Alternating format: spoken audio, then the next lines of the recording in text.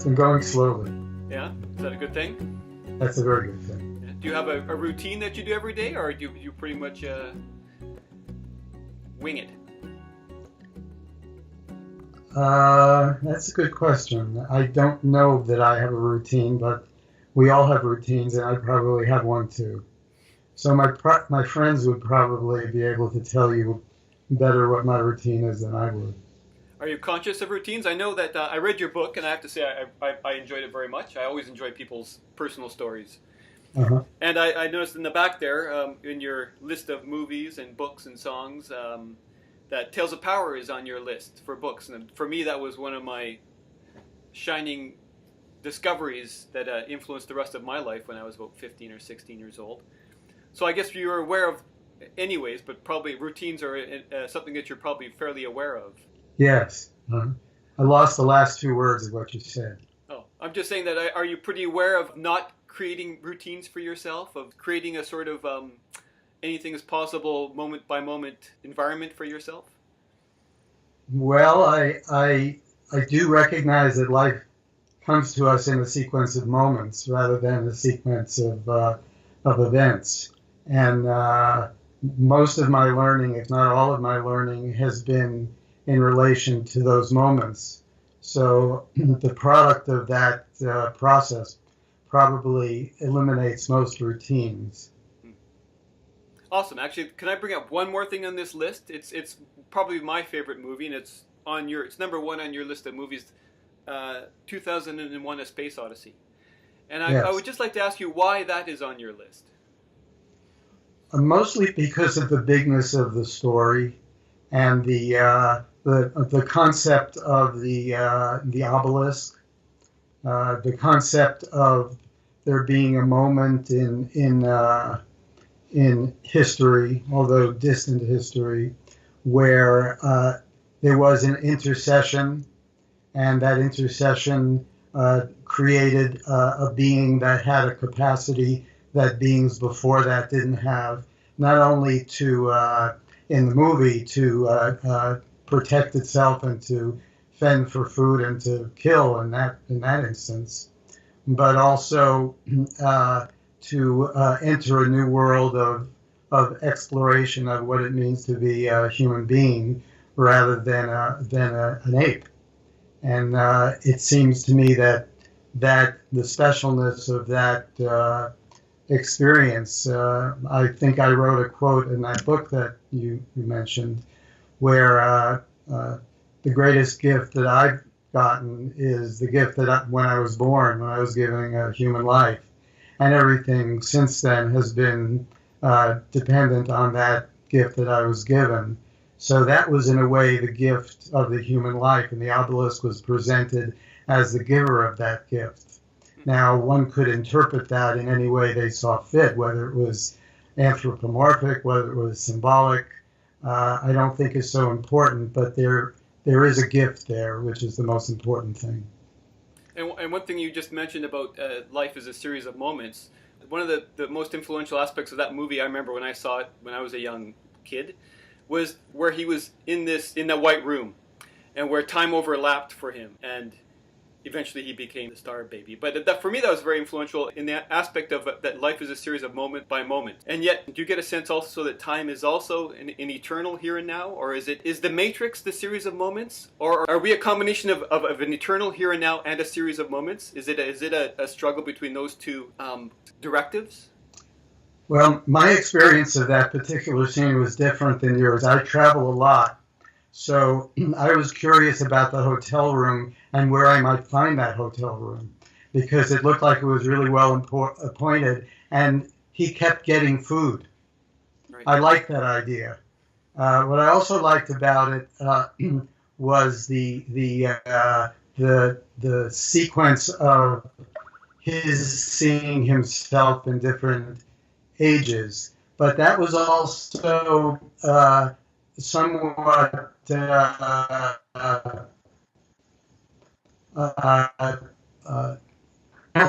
years that followed that, in which I remember that, I started to think that maybe this transition was going to happen to me. So I started to go to Home Away and the other, what is that other one called where you get apartments? I started to go away from hotels because of the thing. Do you find my feed is consistent? I find that you're freezing every once in a while right now. Every once in a while, I see some freezing there, yes. But that may also be a product of that we haven't established really a solid communication yet in terms of language. That takes a while. So maybe when that happens, the freezing will stop happening. Right. Because in the work I do, freezing is a very big part of what happens when I come into contact with people. I cause a lot of freezing. See, my thing is I cause a lot of opening, and this is my preamble to opening up, getting to understand you a bit, is by talking about these shared preferences, whether it's a movie or film. So maybe I'll just go right into my first question that I kind of open up the conversation with. How would you describe the state of the world today? The state of the world.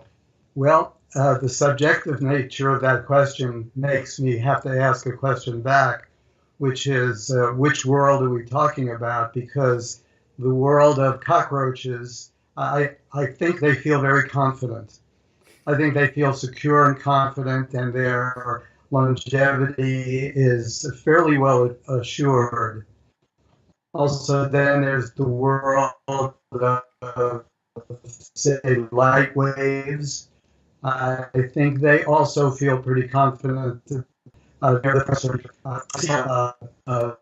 Precious metal production, precious gem production, going very slowly, a million years to create a diamond, the compression of minerals going very slowly. But in terms of the world of humans, the demand, the expectation of immediacy has grown to such a dynamic proportion that it appears to me to be affecting everything, not only in communication with the immediacy of demanding this type of communication we're having now by Skype, or smartphones being able to tell us. I'm picturing two high school kids sitting in a cafeteria, and instead of having a story to tell later, their experience is more that they're texting someone else. They're texting someone else about what's happening right then. Not so much that they're saying, I have to be careful not to spill this water on my blouse, but more like, I am in the process of spilling water on my blouse. Water is being spilt on my blouse. So there's no story really later, because everything is seen in its moment, in its immediacy, and reported in that way. I also see transportation where we drive in cars and expect to get where we're getting immediately, or as immediately as possible, and this creates a dormancy in the time in between, where it actually is non-alive time between our events. So I see the human condition is really in flux, being so severely affected by this expectation of immediacy.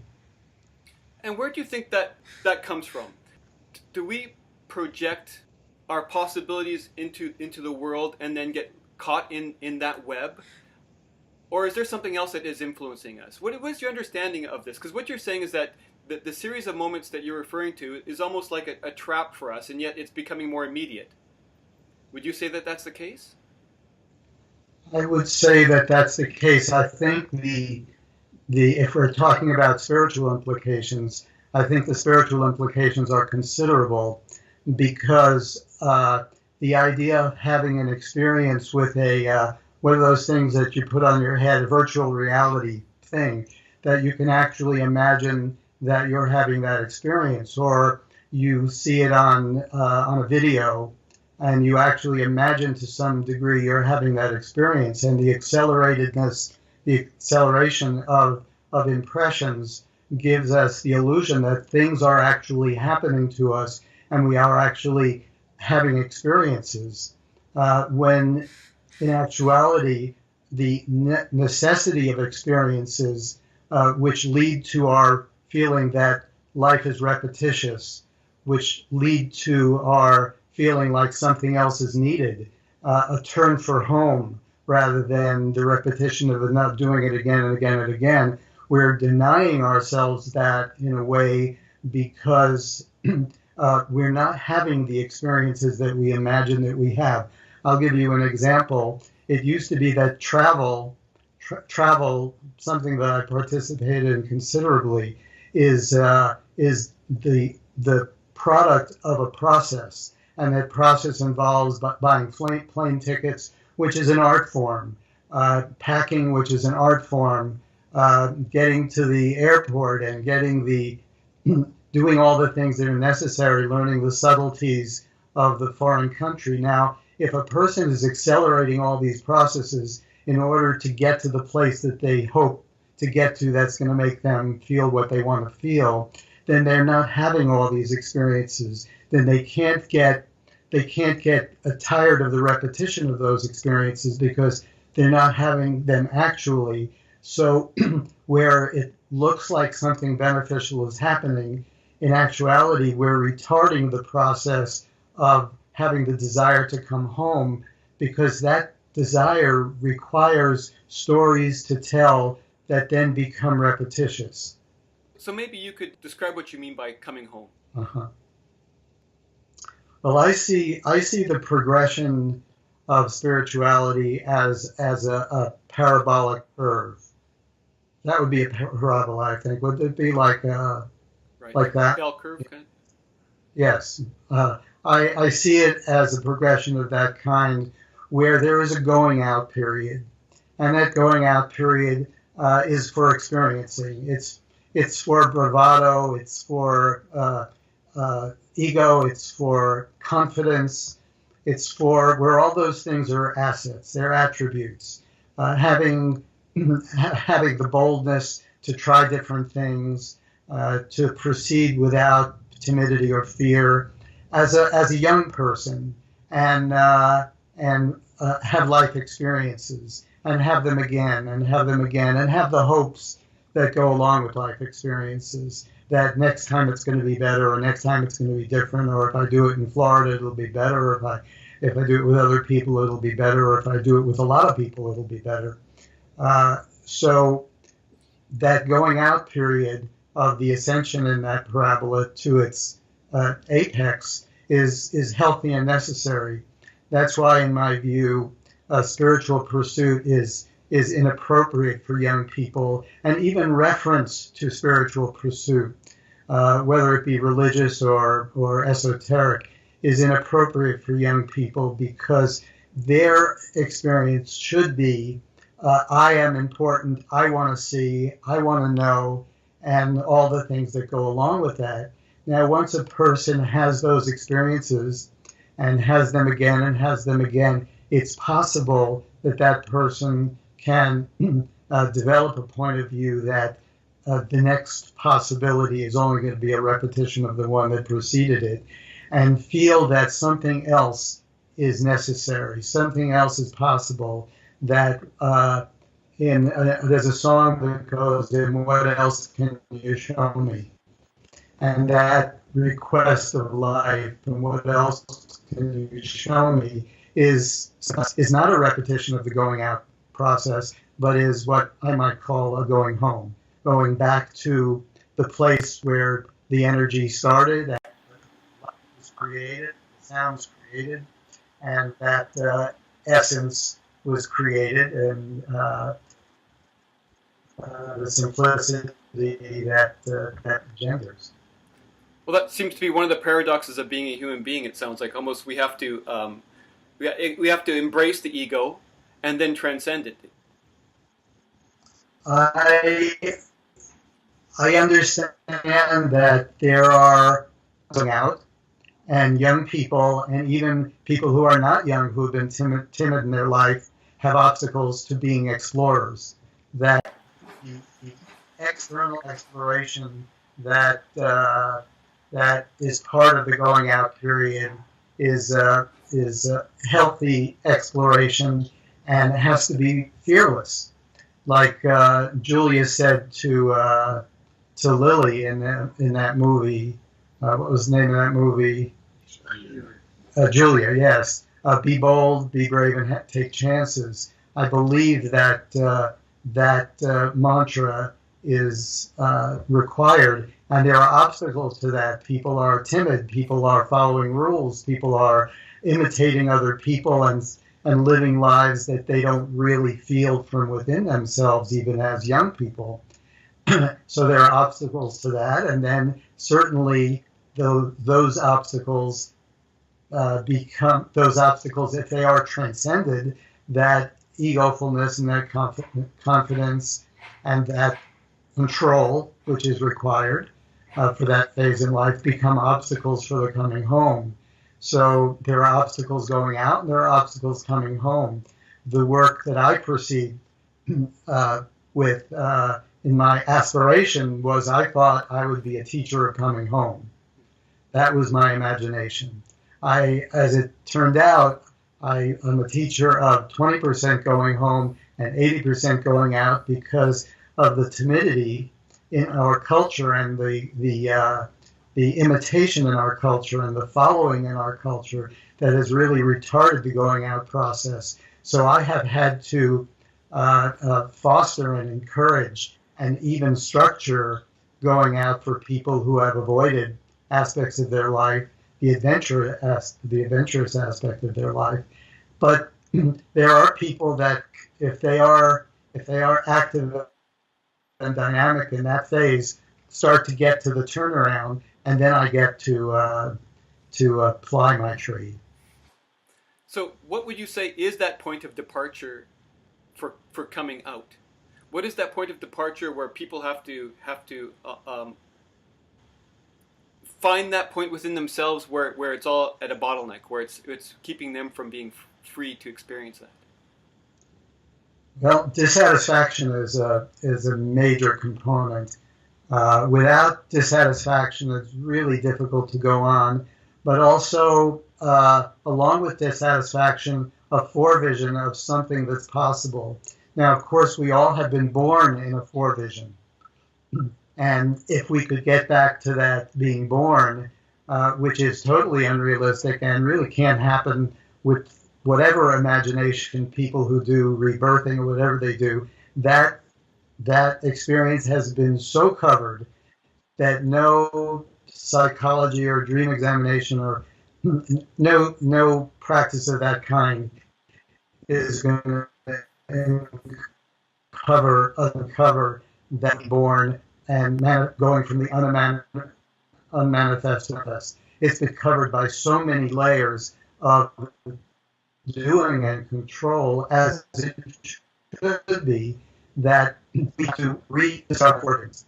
In my opinion, the gift of nature of substances that allow us to leave some of our obstacles behind, even if it's for a few hours. The experience of childbirth, whether it's observing it or being the female actually does those really essential, powerful experiences and drug experiences as well give us the opportunity to have those forevisions. Now, of course, becoming habituated to those forevisions is a trap as well, because the gift of a forevision is beyond you. You also know that you're dissatisfied with what you've had before, and this combination of experiences together leads the possibility of turning that turn from going out to coming back in. That has been my experience. So how do you rattle a person's sense of what's possible? I mean, obviously there's an intellectual aspect to it because it involves information, intellectual information. But I imagine where does in that process, where does real change take place? Or is it a combination of forces that we innately have, whether it's feelings, experiences, our intellect? I see it as basically an uncovering process, not a process of addition. My perception of people is there is innate goodness in a human being.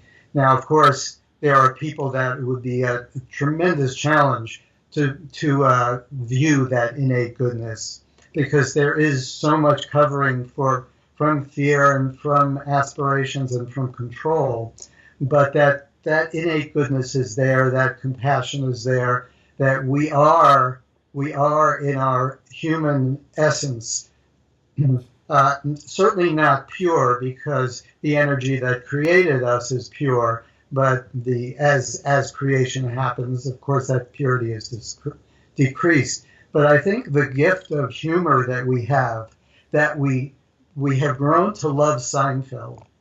Anybody who doesn't love Seinfeld or love that camaraderie and that humor and seeing the moments of delightfulness that humans can experience has to have some way of experiencing that, of being exposed to that, because that we can laugh together over anything, that we can actually laugh so hard that we can fall down and cry over our laughing, is really indicative of some essential quality that we may have lost in our, quote, growing up, but is still there. So I see that the process of what you call, or what somebody may call being whacked on the side of the head or being woken up, awakened, more as a product of uncovering.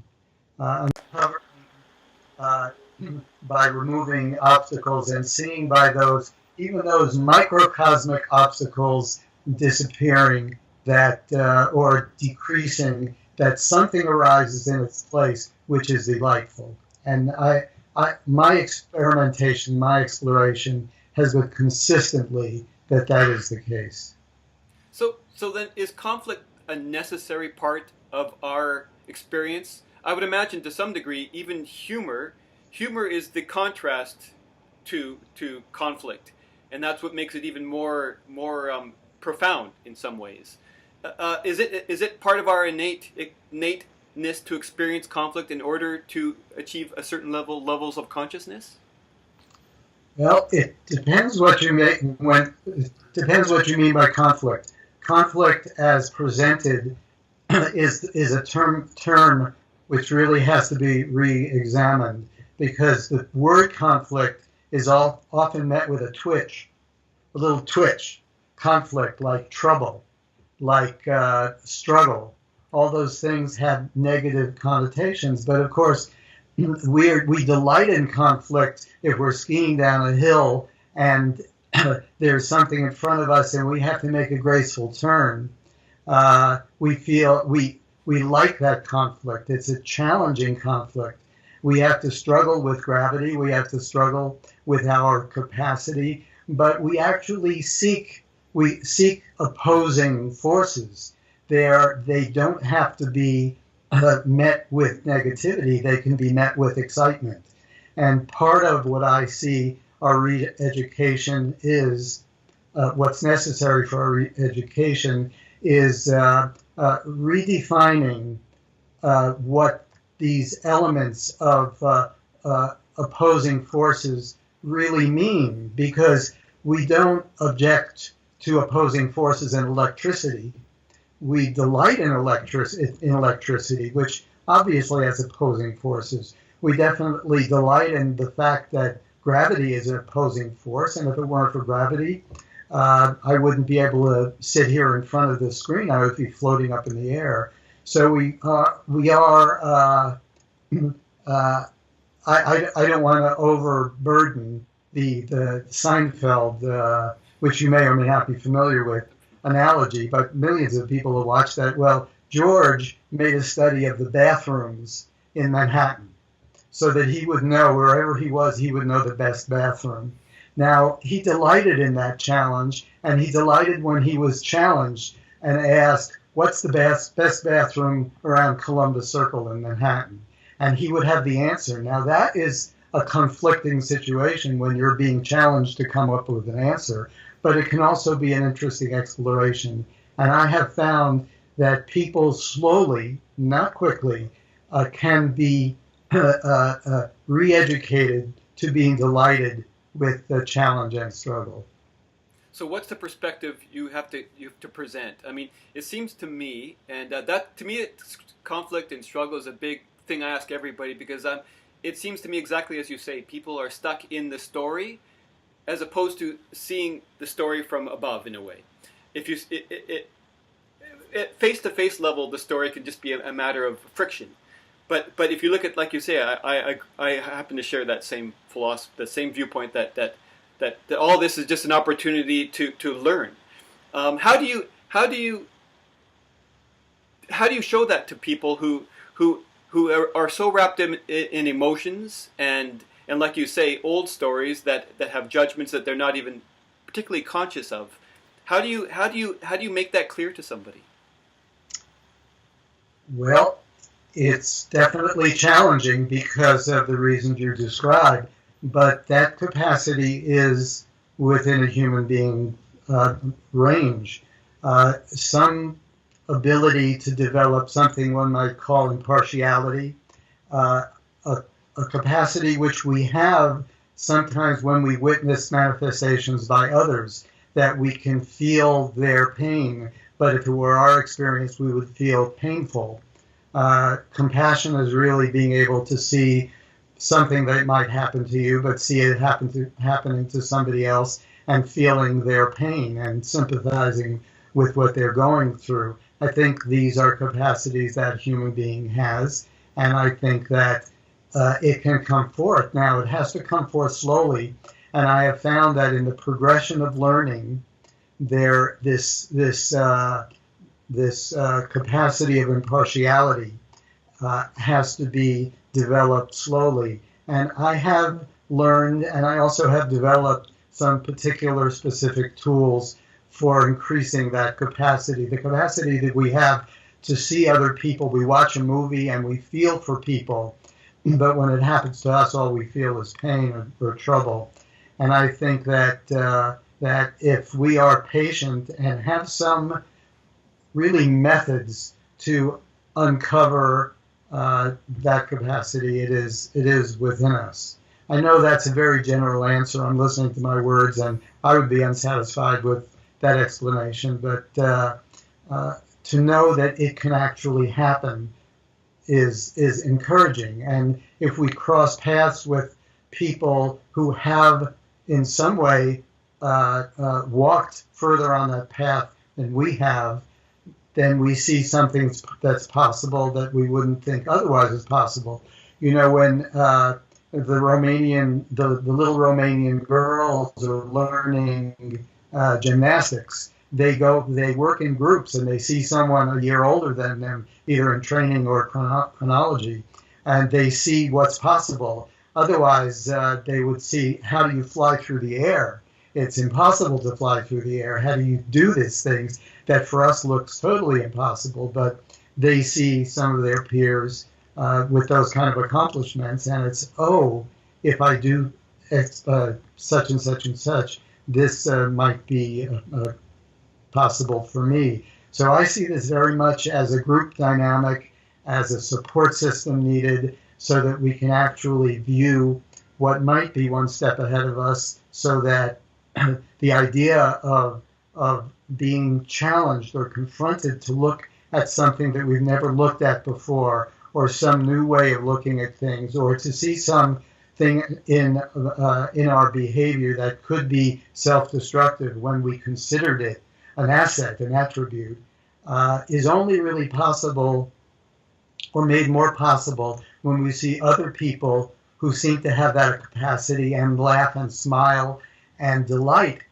in learning new things, even if it's contrary to what that person thought before. So I have worked with groups of people, and I consider that the idea of I can do this by myself, I don't really know what to say about that. Is it also something that you bring into a greater power, something bigger than the self? Well, there's a wonderful book that I mentioned in that book recommendations at the end of the book you mentioned, a story called Mount Analog. And in the end of this story, it describes a mountain climber as an analogy of a climber, a mountain climber struggling up this cliff and struggling and going against all the resistance and getting to the top of the cliff, only to find a winch at the top that was hooked to that person the whole time, and cranking and trying to drag them up, despite all the person's efforts and worries. And that is very much my experience. I wrote a little story called Wurzel to Turzel in that book that you wrote and that read. And that story also describes a kid that has a friend who always has quarters, and at this time movies cost a quarter, and one kid was always able to give the other kid lend the other kid a quarter, or give the other kid a quarter to go to the movies. And one of those kids was me, and Wurzel was the other kid. And so I asked Wurzel, how do you get these quarters? How are you always in? And he said, I take the newspapers down. So, my bright, conniving New York City 8-year-old mind figured, I got it now. I take the newspapers down. That'll be it. So next time I said to my grandmother, because I lived with an extended family, I took the newspapers down and I held my hand out. And she looked at my hand and had no idea what I was talking about. So I went back to Wurzel and I said, it didn't work. What did you do? And what did you do? Did you take all the newspapers down, just the magazines down? So I tried several incarnations or attempts, and I didn't realize till Wurzel told me more about his arrangement, and that we have an arrangement that we're not aware of. But the sooner we become aware of it, the more of a gift that arrangement is. And that arrangement is with something that wants us to succeed. Sometimes it doesn't appear that it wants us to succeed, but I am not only confident, but I have direct experience that it wants us to succeed. So when you meet somebody who by interacting with them, you get a sense of where their impediment is. And it would be reflected, obviously, in just how they even speak about their lives or something. How are you able to pinpoint that for that person to turn their vision back on that? I don't know if that's too vague a question, but... No, it's a very specific question. It's a question that I certainly have to deal with. Well, first of all, 35 years of experience in doing that exact thing with different personality types of people with different life experiences, and really doing nothing else. That has been my life experience, and all the places and things that it's allowed me to do, from riding tractors to windsurfing to whatever I've done. Still all focused on discovering ways to be more precise in that pinpointing that you're describing. And I have gotten a level of competence in that regard, mostly from accumulated knowledge and experience, but maybe more so even from the lack of need to deal with my own problems, plans, and relationships, issues, things like that, so I can actually see outside myself, which is a capacity which is not as simple as the words connote. To be able to see outside yourself, you really have to be filled up from within so that you're not in need. And being not in need, you can see what's needed outside yourself. And my being filled up within has allowed me to exist for the good of other people and to do that. And I certainly am taken care of in ways far beyond what one could imagine being taken care of. But that capacity that you described to actually see the stumbling block that a person has is essentially important. Of course, people have a stumbling blocks in common, especially in our culture. You know, the level of control that we have demanded has created stumbling blocks for us, which we share. So it's not like everything is unique. But once one gets past the ones that we have in common, there are unique stumbling blocks that people have, and very frequently it comes down to those unique stumbling blocks. So how would you break down a human being? I mean, there's generally my experience with people and myself that there are several innate aspects to myself that are somewhat at odds with each other. My emotions aren't necessarily in agreement with my intellect or my intellectual understanding of what could be or should be. My emotional nature is not in sync with that at all times. How would you describe what makes up a human being? Yeah, when you first use the word breakdown, and you ask how would I break down a human being, there are two ways breakdown can be used. How do you break down, like a piece of machinery? You take it apart, and then hopefully you put it back together again. I don't do that type of breaking down. I know that's not what you asked me, but I'll say a word about that to clarify my philosophy on the subject. I have never seen an instance where one person's affecting another person in that way has been constructive. So I foster the desire in people to break themselves down if it's necessary and in the ways they recognize that it's necessary. So now we've covered that type of breaking down. How would I break down the human being? I would say that that the language that we use it's very important to understand that the symbols that we give to things are never the things that they are. So when we use the word personality, or we use the word emotion, and we use the word intellect, we're using symbols in terms of letters to refer to something that are not what we're saying. And this certainly gets more and more complicated as we start to talk about spiritual concepts, because the terminology is often confused with the object itself when it's not. So if I'm not digressing too much, there is this function of human beings which is really could be described in words best to receive, interpret, and transmit. Receive, interpret, and transmit. Now, I know that I'm now subjecting you and all your listeners to terminology. So the symbols of receive, interpret, and transmit would probably be better if they were numerical, because numbers are much more constant than words. A 3, if there's a 3 there, whether it's 3 tacos or 3 boxes of tissue, there is a certain consistency in those numbers. But the concepts of receive, interpret, and transmit could definitely be, what do you mean, what do you mean, what do you mean?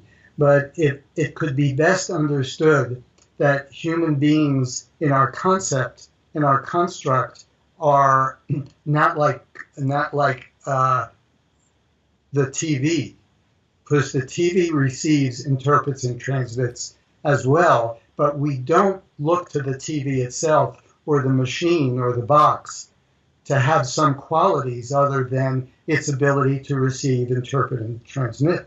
So the nature of a human being is that it is in vibration. There's an energy source there. Now, it appears to us to be some kind of a constant fixed point that if you put your hand up against it, it will be solid.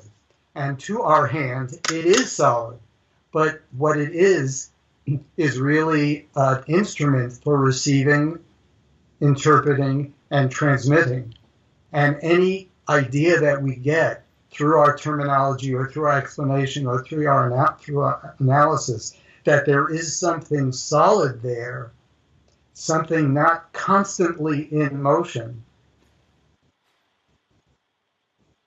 receiving and interpreting, transmitting, is we're referring to a box. We're referring to a TV, but we would never appraise a TV, no matter how smart a smart TV it was, that it contained its own qualities. We know it has to receive, interpret, and transmit. But with human beings, we've gotten confused because our senses tell us something different. So my clearest explanation, using terminology, which is definitely subjective, is that a human being is an instrument for receiving, interpreting, and transmitting. And do we have more than one center? From that, of a center of receiving, transmitting? Do you know what I mean by that? Yes, I do. I would say that we have receptors, as a TV has receptors, and we have capacity to interpret. Sometimes our capacity to interpret corrupts or distorts extremely the reception, but the reception, similar to a TV, is vibrational. It's electrons, it's energy, it's invisible. So nobody watches that show until it's interpreted and transmitted. So definitely we have extraordinary capacities to receive. We certainly have our senses, and we have even more than that. We have incredible capacities to interpret, although our capacities to interpret are distorted because we don't recognize their subjectivity. We don't recognize that everyone is interpreting something, everyone frequently is interpreting things differently and transmitting as well. That's why I think that our most useful and accurate media impressions come in the form of music and poetry and fairy tales, because those understandably subjective inputs allow us to interpret them in the way that we would interpret them, rather than interpret them in ways that we have heard they should be interpreted. So when we hear a song, whether it has lyrics or not, and I'm a big proponent of learning from music, poetry, books, especially fairy tales, books that are not how-to books. How-to books are great for cooking, but really destructive for how-to, because it denies the capacity in a human being to interpret for themselves. It tells you what to think. It tells you how it should be.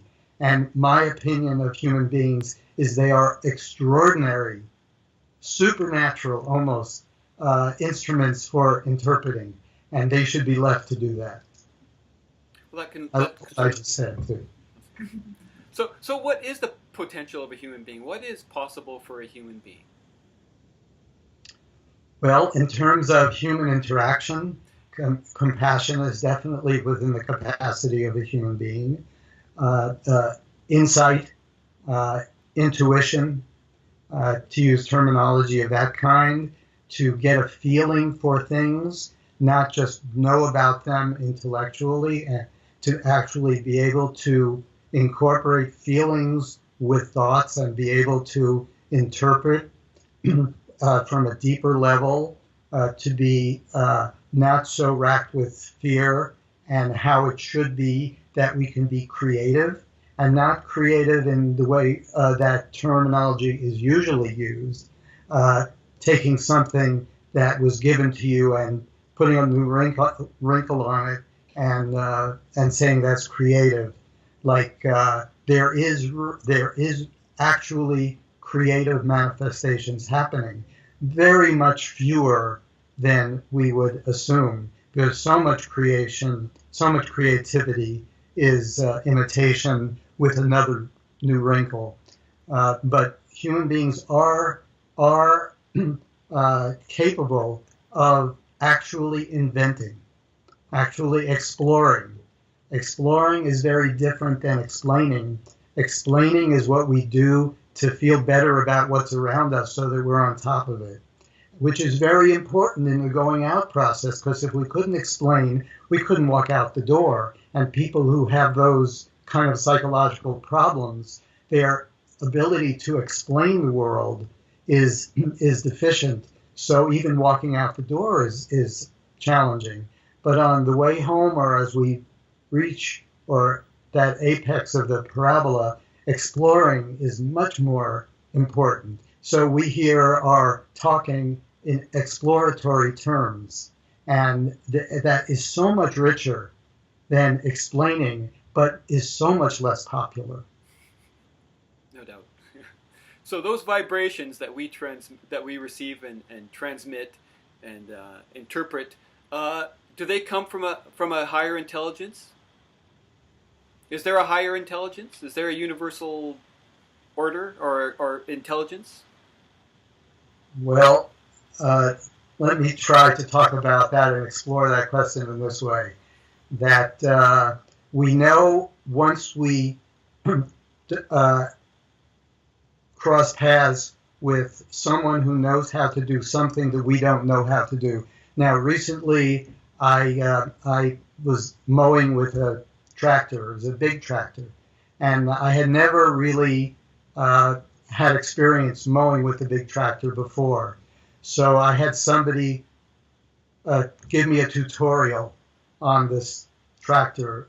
It was an old tractor, and it had its own idiosyncrasies. And he gave me this tutorial on this tractor. And through this tutorial, I was not only able to get on the tractor and do some mowing and have a hell of a good time doing it, but I was able to see that somebody knew something more than I knew. There was no posturing. Yeah, I got that together. Yeah, I know that. It was more like this big tractor was going to be in my hands on a hill, and I was following very closely behind this person in their explanations and clarifying every word, recognizing that. I also have had experience, some considerable experience in climbing mountains. And in the early times of my climbing mountains, especially when it got scary, and it's often scary, was watching the person ahead of me who not only was ahead of me, but had more experience than I, and watching them so closely. Something that people in this life are definitely challenged to do, offended for doing, unless it's something like driving a tractor. But when somebody comes forth and says, I know some of the secrets of how to uncover the human being in you, that's a challenge for a person. What do you mean? How do you know more about human being? Being a human being? Now, in other cultures, there's respect for age. Maybe it's based on something, maybe it isn't. But we don't have that. We don't have respect for anything. So everything that's intangible basically is met with offense. What do you mean you know something I don't know? It's not tangible. So, but there is a progression of recognizing and understanding that we are less than that, and that's not a bad thing. In fact, if we weren't less than, what in the world is keeping this going? No. Here we go. Hey, Justin. Okay. Hey, time to have a snack. So how do you interpret that? We're working it out. Yeah. Oh, he froze again. Yeah. Cool. So Okay. the last thing you said. Sorry. Go ahead. Yes, I do remember. In the progression of getting to a place where you actually can realize that there is something greater, there's something greater and greater, there's a continuity. And one of those early things, when you're a teenager, it's very difficult to respect anything. I can do it myself. But then life teaches us lessons, and we do tend, or some of us at least, who aren't politicians seem to get humbled, and we get humbled, and then we recognize there are bigger things than our desires, and that's part of the progression. So living a dynamic life is part of the progression. But then at some point, it seems to become necessary to have a very direct connection. And it certainly was for me. I grew up in New York. I was an arrogant kid. I was self-confident, and I felt very capable of doing things and doing them myself. And then I crossed paths with someone who I developed a relationship with. I thought we were buddies, and he was a good deal older than me, but certainly still I thought we were peers. That was my arrogance. And then after a while, he leading me through all different kinds of life situations and suggesting some for me, not spiritual situations at all, but life circumstances. I began to recognize that he was more of a human being than I was. There was something that in him that was either uncovered or attained that I hadn't yet attained. And so I had that experience of being less than in terms of being a human being. It was very painful for me and very challenging for me, but I liked him, I even loved him, and we were friends, and he was very kind to me. Sometimes not always in traditional ways, but I did learn. I did have that experience of being in that position, and I don't know how a person could embark on the actual realization of being a child of a higher power, or however one would describe it, without having that practical experience of someone in front of you, not someone who used to be alive, or someone you've heard stories about, or someone you get to see twice a year and have all kinds of imaginations about, but someone actually in your life. So now I am that person for people, and I have really a limited number of people that I have interactions with, because in my view, it's all personal. It's not impersonal. I have to know them. They have to see me. I have to be able to be that kind of influence in their life. And I'm certainly not an oppressive figure in any way, but having someone in your life who you have acknowledged is at a finer place than you, is conflicting in itself. I guess humbling is a major altering experience for a human being. And why is humility such an important thing? Well, I had this picture that I saw once. It was a cartoon that I saw once, and it was years and years ago, but that cartoon has always stayed with me. It was a cartoon of an ant walking on a beach, a huge beach, the kind that we love to think of that we're going to arrive at, carrying an attaché case. And I don't know what the cartoonist had in mind, but that cartoon to me symbolized my misconception of myself. A creature, an infinitesimal creature, walking on a beach of infinity, carrying an attaché case, is the antithesis of our size in relation to things. Now, some people have the gift, and I have dabbled in that undertaking of exploring astronomy to some degree. And if one explores astronomy, which is not an esoteric science, but in a way is, and I don't mean astrology, I mean the physical science of astronomy, one hears terminology like a light year, a terminology that a person cannot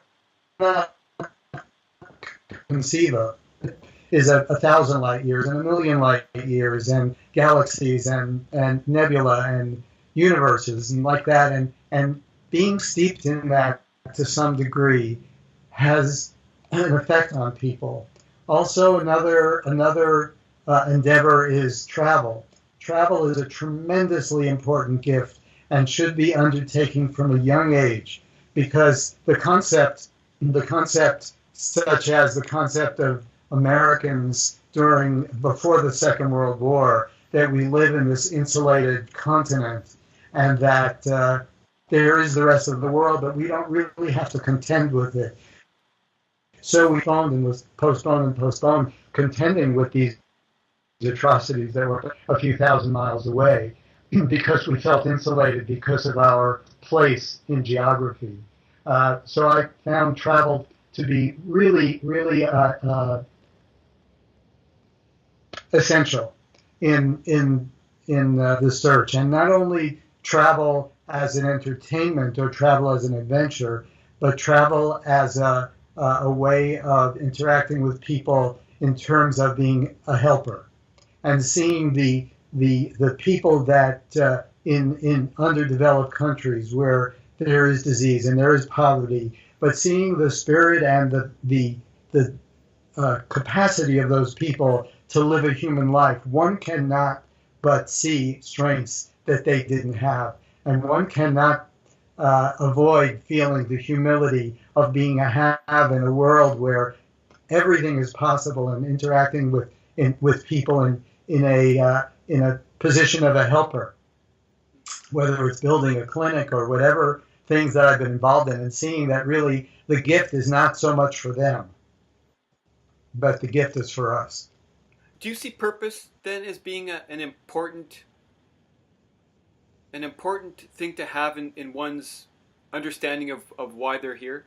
Is having a reason to be here an important thing for people to have, or do you mostly focus on the beginning part where people just become aware of themselves? Is that a progression to having purpose? I think it is. I think we start off with arbitrary purposes, and because people ask us, "What are you going to be?" I tell this story in my book of when I was a bright kid, but I was a poor student, and all my friends from New York, I went to like a accelerated high school. All my friends were going to Harvard and Yale and Princeton and like that, and so somebody came around and from the school newspaper and said, asked everybody, "What are you going to do after high school? What are you going to do after high school?" Well, I didn't have a clue what I was going to do after high school. I was unmotivated. I had some motivations, but mostly they were connected to betting horses at the racetrack and playing pool. Those were my motivations, but that wasn't something that they were asking about. So I made up something. I said, I knew one of my friends was going to school. I said, I'm going there too, because it was humiliating to say, I don't know what I'm doing. So we are, by the nature of the pressure of our culture, forced to say, yes, I am going to be this, or I'm going to be. There were some years, maybe 1970s, 70s, in that period, where there was a asserted itself. And now it seems very important to say that you have a purpose. So people come up with like a work in progress. I am going to be a such and such, but it's all arbitrary. It's all made up, and usually that purpose, whatever it is, works its way out, and we find ourselves either becoming prisoners to that purpose or going on to something else. But at some point, there is a transition in human life where a purpose arises more than is sought after, and there's a naturalness to that purpose. So I would almost give it a different terminology, although we don't have a terminology for that different purpose. But it's more the gift of seeing what your natural assets are, what part you play in the creation, which isn't always a movie star, which isn't always something that's glamorous and is put forth in our culture, that it's a bona fide purpose. It could be something it could be something menial. It could be something menial, not as in simple. But people are unique, as Herman Hesse said each human being is a unique experiment on the part of the creator. And in his concept, and not to go into what a creator is, we are unique experiments in that every moment of our life has given us a different experience. And even though we have similar equipment, it has derived uniquely. And if every spot is going to be filled, everyone isn't going to be the boss, or everybody isn't going to be the inventor, or like that, you know. And it's in a way unfortunate that we have a strata that we've set up of purpose, and some purposes are lofty purposes and some purposes aren't. But I don't see that in any way whatsoever. I see that at a certain point, a person is at peace with themselves and their strengths and their weaknesses and their attributes, because that is their equipment, you know. And I recognize, I used to say, I've driven a lot. I've driven in every country, driven cars in every country I've been in. So at some point, I thought, well, you're a great driver. You're really a great driver. You never had an accident.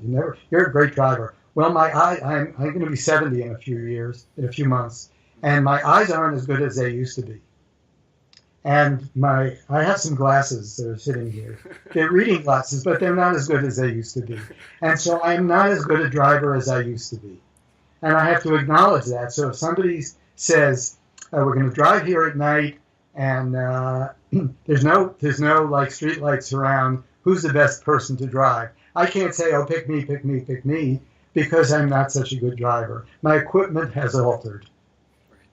But other equipment has grown in its place, so that I have a purpose according to the unique individual on the part of the creator that I am. Would you say that if the goal for life is the expansion of awareness, would you agree with that statement? Awareness, yes. Is it the goal? I would stay away from that term, but I would say that awareness is part of the expansion and the coming home process. And does the singularity of a human awareness expanding, does that affect, would you say that affects the greater whole, whether you want to call it God or the universe or infinity? Well, it would seem to be a contradiction of the ant walking on the beach with a briefcase, that we could have impact, but we do. It happens to be that the energy that we receive and interpret and transmit at its source is so fine that if we can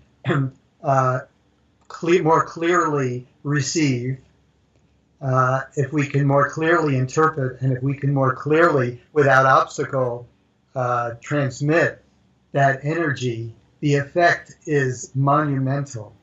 In fact, to such a point that there are people who have said, I'm not one of the people who says it, but there have people who have said that the wise are responsible for the existence of humanity.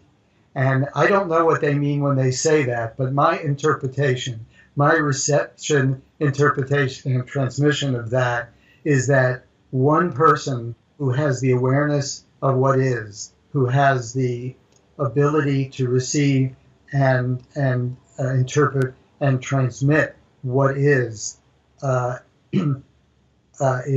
instrumental in the maintenance of the level of the capacity and the hope of humanity. Well, aren't humans ultimately a lens of focus for Source? And also, isn't size one of those illusions of the mind, of projection? Well, ideally, what you're describing is possible. Practically, first of all, say I live in a community of, or an area of maybe 25,000 people. It's in the foothills of the Sierra. There are maybe 25,000 people. Of those 25,000 people, there are 135 plumbers. Now, those 135 plumbers are doing pretty well because there's actually room for 175 plumbers, but there are only 135. So supply and demand allows those plumbers to do well. But still, there are 35,000 people in the area, and they don't all have to be plumbers to take care of what has to be taken care of. So it appears from both my experience, my observation, and history that the evolution of large quantities of large numbers of human beings approaching that parabola and coming toward home and coming close to home is always going to be, it has always been modest.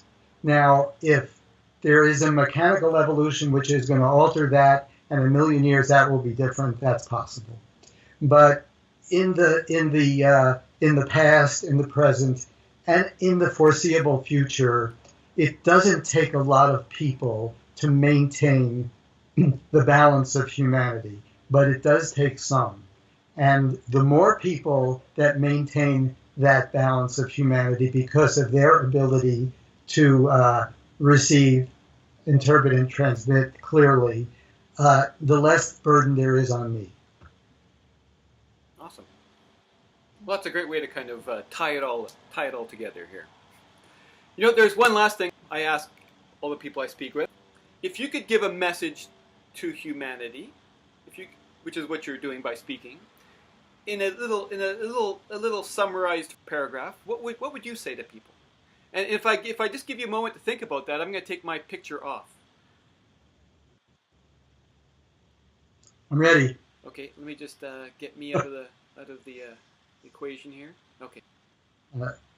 I would my interpretation of the capacity of humanity allows me to have a lot of confidence in its possibility. That as much dismantling as I've seen is necessary, and as much darkness and corruption as there is a possibility in each human being, really, a possibility of shining in terms of clarity and representing something. And if there is a progression in the human race that warrants hope and that necessitates hope, it is in recognizing that human beings are capable of being incredible receivers, transmitters, interpreters, and transmitters. And the only reason I can work with people who have defects, certainly are inconsistent in their aspirations, is because I see that possibility and that hope. So I never charge money. I never involve money. I never make requirements. If a person wants to explore that world, I'm there. Thank you so much, Justin. I appreciate your time. It's been a real pleasure to speak with you and to meet you. Likewise.